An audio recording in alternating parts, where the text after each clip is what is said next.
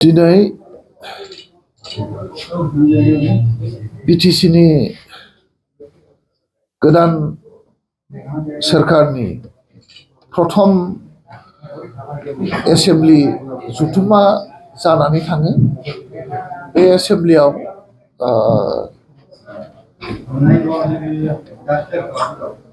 साननैनि हाबाफारि लानानै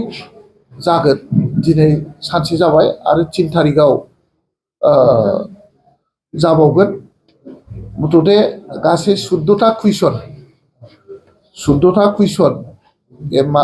मानगोनां MCLA बिथांमोना गुबुन गुबुन बिफानाव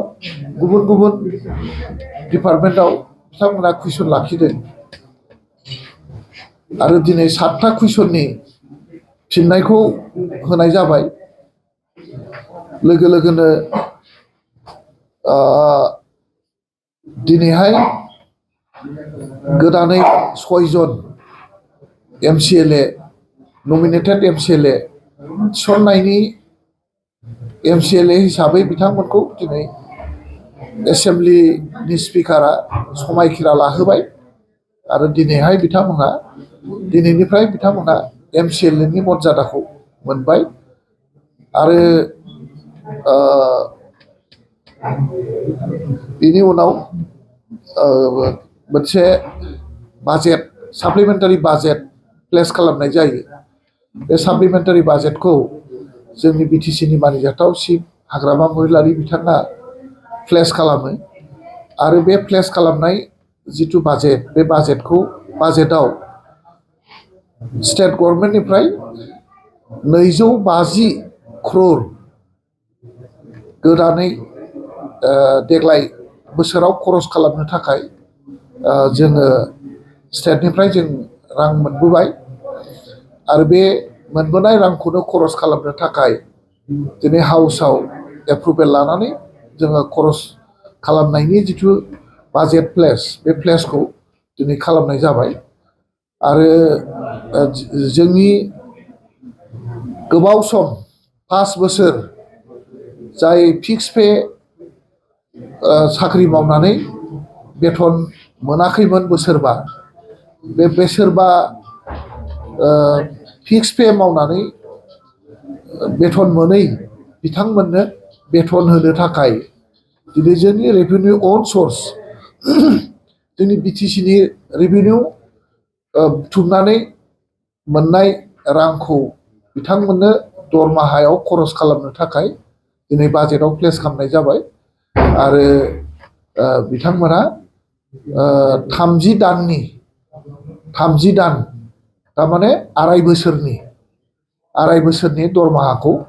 बिथांमोना मोननो हासिगोन आरो बिटिसि गभर्नमेन्टआ आगोलाव बुंबोनाय बादि बिथांमोननो बेथन होनाय जासिगोन होननायखौ मावफुंनो थाखाय दिनै बिटिसिआव जोङो प्लेस खालामनाय जाबाय। बिथांमोननो बेथनखौ बिथांमोना बेथनखौ मोननो हासिगोन। दा जोंहा डिपुटि स्पिकार गैयामोन। दा डिपुटि स्पिकारखौबो जोङो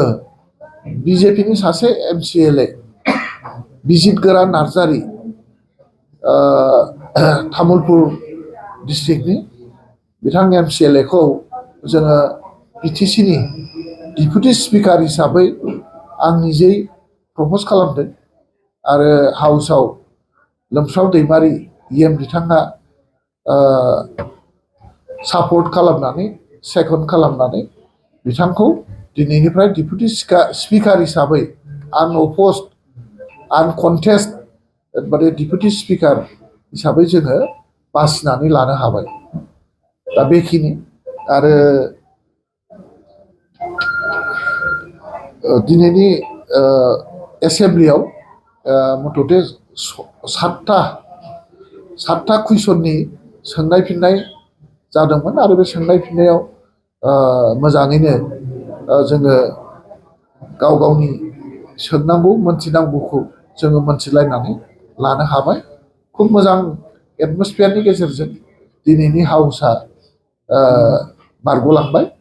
जोबथारनायाव जोंनि स्पिकार बिथाङा दाख्लै जिथु जोंनि पबित्र जोंनि आयेननि जिथु माने आयेन आफादनि जिथु एसेम्बलि बे एसेम्बलियाव माखासे आन्दलनकारि बिथांमोना जेरखम गाग्लोबदों बे गाग्लोबनायखौ निन्दा होनायनि मोनसे प्रस्ताब फैयो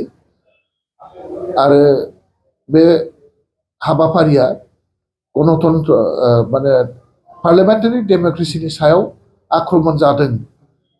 आरो बे आक्रमणखौ जोङो निन्दा होयो आरो बे निन्दा होनाय जिथु माने प्रस्ताब बे प्रस्ताबखौ स्पिकार बिथाङा मेडियानि जरिये फोसावगोन आरो बिथांनि जिथुनाखि प्रप'जाल मोनफ्रोमबो दोलोआ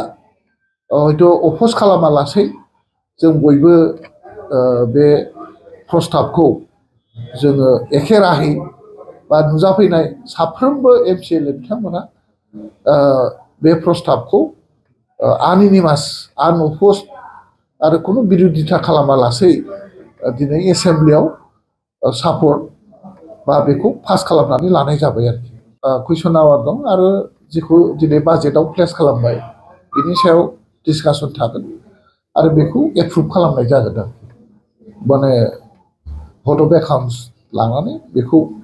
पास खालामनाय जागोन 10 तारिखआव बेखिनि बेखौ थाबैनो होनाय जागोन मुथथे जाहाथे BTCनि खामानि मावनायाव जेबो जाहाथे उसुबिदा जाया बयबो बाहागो लानानै जाहाथे खामानि मावनो हायो बेनिखौ नोजोर बोनानै थाबैनो सानै आरो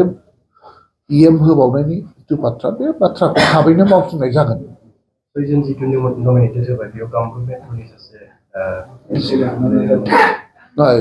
बे जाहैबाय जोंनि BTCनिनो मानसि बेनि माने एड्रेस दा प्रेजेन्ट जिथु माने गाव जेखौ थायो बे गावनि माबा एड्रेसखौसो होदों आरो बे मानसिया जे कामरुप मेट्र'नि मानसि बे नङा बे जायखिया बेखौ BTCनिनो मानसि जाहैबाय BTCनि मानसिब्लाबो क'क्राझारनिबाबो जेनेबा गुवाहाटियाव थायो बेखिनि बिदि